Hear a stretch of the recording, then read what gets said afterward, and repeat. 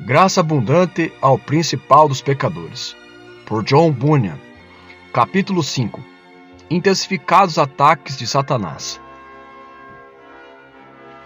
Permaneci nessa condição por um longo período, mas quando chegou o tempo de ser confortado, ouvi um sermão sobre essas palavras de Cântico dos Cânticos. Como és formosa, querida minha, como és formosa. Cânticos capítulo 4, versículo 1.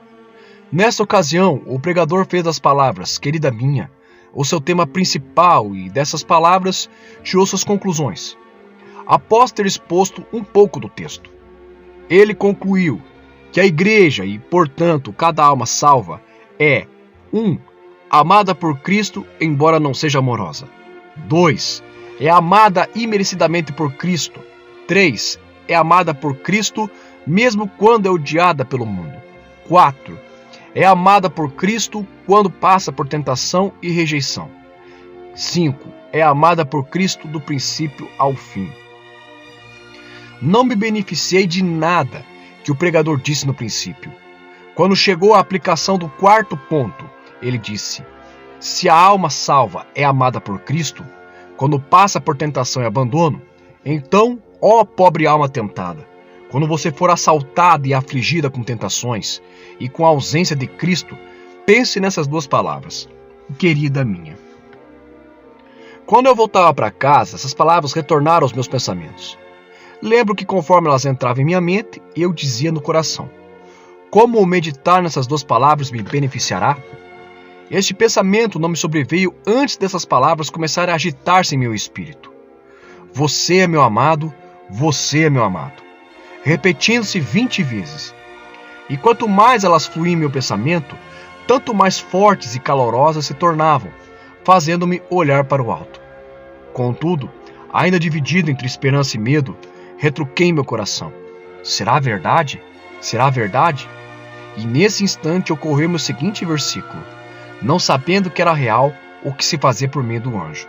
Atos capítulo 12, verso 9. Então comecei a receber a mensagem que repetidas vezes ressoava poderosamente a sua jubilosa melodia em minha alma. Você é meu amado, você é meu amado. Nada o separará do meu amor. Isso me trouxe ao coração abundante conforto e esperança. Agora eu podia crer que meus pecados seriam perdoados. De fato, estava tão tomado pelo amor e pela misericórdia de Deus que não soube me conter, até que cheguei em casa. Pensei que poderia ter falado do amor e da misericórdia de Cristo até para os corvos que pousavam nas terras lavradas ao meu redor, se eles fossem capazes de entender-me. Então disse, com grande júbilo em meu coração: bem, se eu tivesse Penitent aqui, anotaria isso, antes de seguir adiante, pois certamente não esquecerei nem daqui a 40 anos. Mas, infelizmente, em menos de 40 dias, comecei a questionar tudo novamente. E isso me fez questionar tudo até agora. Às vezes, eu era ajudado a crer que estava ocorrendo uma verdadeira revelação da graça de Deus à minha alma, embora tivesse perdido muito do vigor e da apreciação por ela. Uma semana ou duas após isso, este versículo parecia perseguir-me. Simão, Simão, eis que Satanás vos reclamou. Lucas capítulo 22, verso 31. Às vezes, dessas palavras soavam tão alto em meu íntimo e se dirigiam a mim de modo tão forte, que numa ocasião mais que em outras, até olhei por sobre o ombro, pensando que alguém atrás de mim havia me chamado. Como me chamava tão alto, pensei que estivesse a grande distância de mim. Mas, como tenho pensado desde então, isso veio animar-me a orar e vigiar. Serviu para advertir-me de que uma nuvem e uma tempestade estavam vindo sobre mim. Naquele momento, porém, não entendi. Além disso, conforme lembro, a ocasião em que a voz me chamou foi tão alto, foi a última vez que a ouvi. Acho que ainda posso ouvir em voz alta as palavras Simão, Simão, soando em meus ouvidos. Como já falei, pensei realmente que alguém a uns 800 metros de distância me tivesse chamado, embora aquele não fosse o meu nome. O chamado me fazia olhar rapidamente ao redor, acreditando que aquele a chamar-me tão alto tencionava falar comigo. Mas eu era tão ignorante e tolo que não sabia a razão desse som que, conforme vi e experimentei logo depois, fora enviado do céu como um alarme para me despertar e preparar para o que estava por vir. Eu apenas considerava e me perguntava qual seria o significado desse versículo e por que ele ainda estava ressoando com tanta frequência e tão alto em meus ouvidos. Todavia, como mencionei antes, depois entendi o propósito de Deus nisso. Cerca de um mês mais tarde, uma intensa aflição me sobreveio, 20 vezes mais intensa do que qualquer coisa que eu havia enfrentado antes. Ela me envolveu aos poucos. Primeiramente, perdi toda a minha consolação consumida por densas trevas. Depois, para minha confusão e espanto, enxurradas de blasfêmias contra Deus, contra Cristo e contra as Escrituras afluíram ao meu espírito. Os pensamentos profanos eram tais que suscitavam em mim perguntas a respeito do ser de Deus e do seu único Filho, isto é, se havia realmente um Deus ou um Cristo, e se as Escrituras Sagradas não passavam de uma fábula ou uma história astuciosa em vez de ser a pura e santa palavra de Deus. O tentador me atacaria muitas vezes com essas palavras. Como você sabe se os seguidores do islamismo não possuem um livro tão bom quanto a Bíblia para provarem que Maomé é o salvador deles, assim como provamos que Jesus é o nosso? Além disso, eu pensaria, como pode haver um céu se dezenas de milhares de pessoas em vários países e reinos desconhecem o caminho certo para o céu e somente nós, que vivemos num canto da terra, somos abençoados com tal conhecimento? Todos pensam que a sua religião é correta. E se a nossa fé, o nosso Cristo, as nossas Escrituras também fossem meras opiniões? Às vezes me empenhava na luta contra essas ideias e refutava tais argumentos com algumas afirmações do bendito apóstolo Paulo. Mas, infelizmente, quando eu fazia isso, logo senti que os argumentos voltavam a mim. Ainda que atribuíssemos grande importância a Paulo e às suas palavras, como eu saberia que aquele homem, um homem sutil e astuto, não se dedicara somente a enganar os outros com fortes ilusões, mas também se esforçara para destruir seus companheiros? Essas ideias, unidas a muitas outras que, nesse momento, não posso nem ouso revelar, quer por palavra escrita ou falada, apoderaram-se de meu espírito e oprimiram meu coração de forma intensa. Elas tiveram um intenso efeito sobre mim, também devido à sua quantidade, constância e vigor. Senti como se não pudesse pensar em outra coisa, desde o amanhecer até a noite, e como se não houvesse em meus pensamentos espaço para mais nada. Concluí que Deus, em sua ira, me entregara a esses pensamentos, para ser assolado por eles. Foi somente por causa da repugnância produzida por eles em meu espírito que percebi haver algo em mim que se recusava a aceitá-los. Contudo, esta consideração só me ocorreu quando Deus me deu um momento de sossego. Do contrário, o clamor, a força e o poder dessas tentações inundariam, esmagariam e enterrariam todos esses pensamentos ou qualquer lembrança de tais coisas. Enquanto eu era tentado dessa maneira, muitas vezes encontrava meu espírito desejando amaldiçoar e praguejar ou proferir alguma palavra rude contra Deus ou Cristo, seu Filho, ou contra as Escrituras. Pensava, certamente estou possesso pelo diabo agora.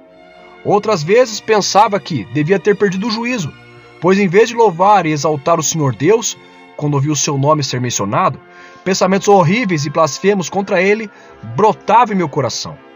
Assim, quer eu pensasse que Deus existia, quer pensasse não haver algo como Deus, eu não sentia amor, nem paz, nem tendência graciosa em mim. Essas coisas me lançaram em profundo desespero, pois concluí que tais coisas não podiam existir entre aqueles que amavam a Deus. Quando essas tentações me sobrevinham com tamanha força, sempre me comparava a uma criança que algum nômade havia tomado e levado para longe de seus amigos e de sua terra.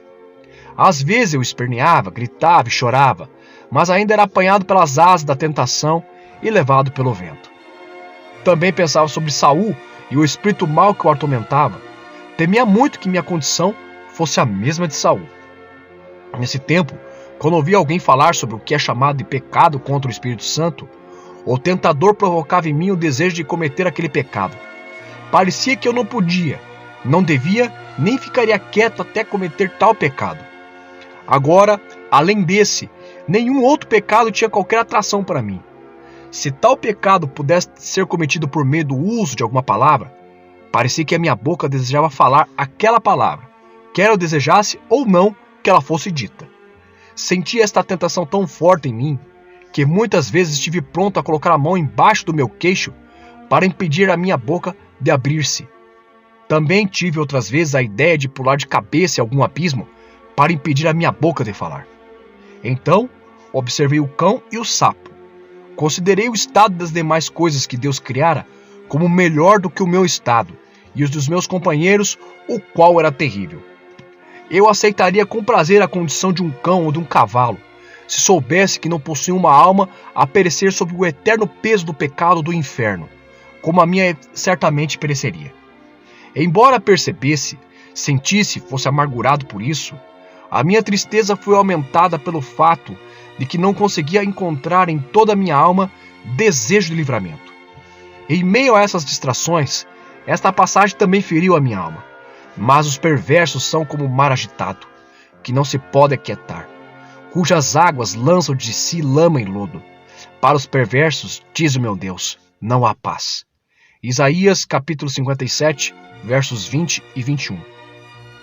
Às vezes meu coração ficava extremamente endurecido.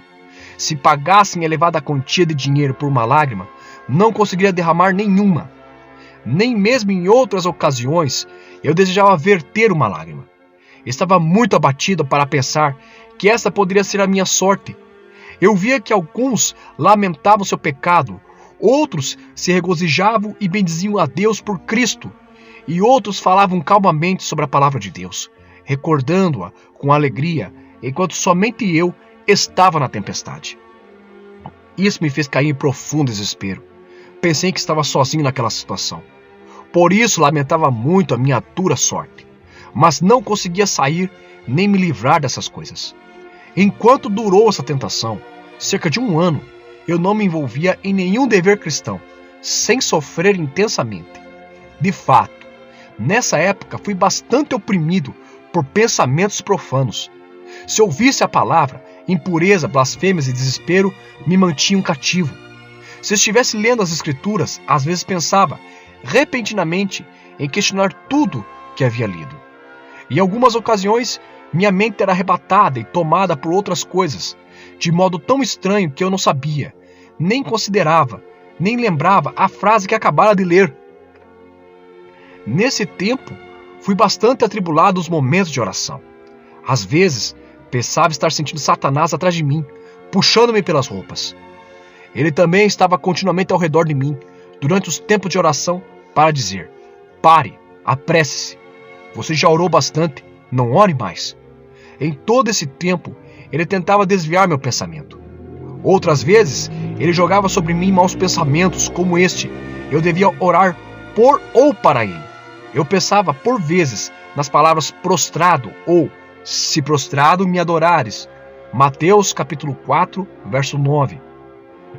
Visto que me distraía enquanto realizava esse dever cristão, me esforçava para organizar meus pensamentos e fixá-los em Deus. E quando fazia isso, o tentador valia-se de tudo para distrair-me, confundir-me e desviar meus pensamentos do verdadeiro Deus, apresentando ao meu coração e à minha imaginação a forma de um arbusto, um touro, um feixe de ramos ou algo assim, como se eu devesse orar a estas coisas. Algumas vezes ele aprisionava tanto a minha imaginação com essas coisas, que era como se eu não pudesse pensar em nada mais, nem orar a ninguém mais, exceto a essas coisas ou a outras semelhantes. No entanto, às vezes, eu tinha um forte e caloroso senso da presença de Deus e da veracidade de seu evangelho. Como meu coração transbordava gemidos inexprimíveis quando isso acontecia. Cada palavra expressava toda a aflição de minha alma. Em grande angústia, eu clamava a Deus, implorando-lhe que me tratasse de forma misericordiosa. Mas depois eu voltava ao desânimo, ao ter ideias como esta. Deus zombava de minhas orações, dizendo, na presença dos santos anjos: este pobre miserável anseia por mim. Como se eu não tivesse nada melhor a fazer com minha misericórdia, exceto concedê-la a alguém como ele. Pobre alma, como está enganada! Obter o favor do Altíssimo não é para você. O tentador me afligiu com desencorajamentos como estes: você possui um ardente desejo por misericórdia, mas eu o esfriarei. Esse estado de coração e mente não durará para sempre. Muitos foram tão ávidos como você por um tempo, mas sufoquei o zelo deles. Nessa altura, pessoas que haviam abandonado a fé eram trazidas ante os meus olhos. Então eu temia que isso acontecesse comigo. Mas pensei, estou feliz que isso me veio à mente. Bem, eu viajarei e tomarei todo o cuidado possível. Embora você faça isso, disse Satanás, eu o tratarei com dureza. Eu o esfriarei, de modo imperceptível, pouco a pouco. O que importa, dizia ele, se eu levar 7 anos para esfriar seu coração, se no final eu conseguir? O balançar contínuo acalma a criança que chora, fazendo-a dormir. Eu o induzirei a render-se. No final, as coisas têm de ser como eu quero. Ainda que a sua vontade seja intensa, posso tirá-la de você. Logo o farei esfriar. Essas coisas me levaram a grande angústia, porquanto nessa época não me considerava preparado para morrer. Por isso, imaginei que viver muito me tornaria ainda mais despreparado para morrer, visto que o tempo me faria esquecer tudo e recordar a malignidade do pecado. O tempo também faria desaparecer da minha mente o valor do céu e a necessidade que eu tinha do sangue de Cristo para me purificar. Mas agradeço a Jesus Cristo, porque naquele tempo essas coisas não me fizeram diminuir o clamor. Pelo contrário, fizeram-me clamar ainda mais. Como a mulher violentada, de Deuteronômio 22, 27. Nesses dias, depois de sofrer essas coisas por algum tempo, a seguinte passagem foi uma boa mensagem para mim. Porque estou bem certo de que nem a morte, nem a vida, nem os anjos, nem qualquer outra criatura poderá separar-nos do amor de Deus, que está em Cristo Jesus, o nosso Senhor. Romanos capítulo 8, versículos 38 e 39. Agora, eu esperava que uma vida longa não me destruísse, nem me fizesse perder o céu. Obtive algum socorro durante a tentação, ainda que, naquele período, eu questionei. Jeremias 3 tinha um significado para mim, assim como os pensamentos que surgiram do versículo 4 desse mesmo capítulo. Eram pensamentos de que, embora falemos e façamos tanto mal quanto somos capazes, devemos clamar a Deus desta maneira: Pai meu, Tu és o amigo da minha mocidade, e voltar a Ele. Certa vez também fiz uma agradável reflexão sobre 2 Coríntios, capítulo 5, versículo 21. Aquele que não conheceu o pecado, Ele o fez pecado por nós, para que, nele, fôssemos feitos justiça de Deus. Lembro-me de que um dia estava na casa de um vizinho, sentindo-me contristado, enquanto refletia sobre minhas várias blasfêmias. Porque deveria pensar que, tendo sido tão vil e abominável, posso herdar a vida eterna? Essas palavras ocorreram-me repentinamente. Que diremos, pois, à vista dessas coisas? Se Deus é por nós, quem será contra nós? Romanos capítulo 8, verso 31. Este outro versículo também foi um auxílio para mim, porque eu vivo, vós também vivereis. João capítulo 14, verso 19. Mas o conforto dessas palavras durou pouco. Eram apenas sugestões e sussurros, embora muito agradáveis no momento. Não duraram e, como o lençol de Pedro, foram recolhidas ao céu. Atos capítulo 10, versículo 16. Mas depois o Senhor se revelou a mim, de maneira mais graciosa e plena. Ele não somente me livrou da culpa que essas coisas depositaram em minha consciência, mas também me limpou da impureza delas. A tentação foi removida e fui restituído à mente santificada, como os outros crentes. Recordo que um dia, em uma viagem ao campo, eu meditava sobre a iniquidade e a blasfêmia de meu coração e considerava a inimizade que havia em mim contra Deus. Nisso, Colossenses capítulo 1, verso 20, veio à minha mente, havendo feito a paz pelo sangue da sua cruz. Esse versículo me fez ver repetidas vezes que Deus e a minha alma eram amigos por meio do sangue de Cristo. Vi que a justiça de Deus e a minha alma pecadora poderiam viver unidas por meio do sangue de Cristo. Esse foi um dia excelente para mim. Espero que nunca o esqueça. Em outra ocasião, eu estava sentado perto da lareira, em minha casa, contemplando a minha miséria, quando o Senhor me deu mais uma mensagem preciosa.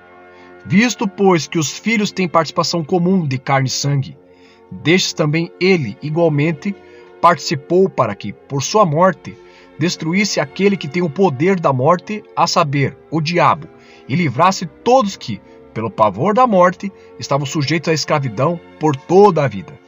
Hebreus capítulo 2, versículos 14 e 15.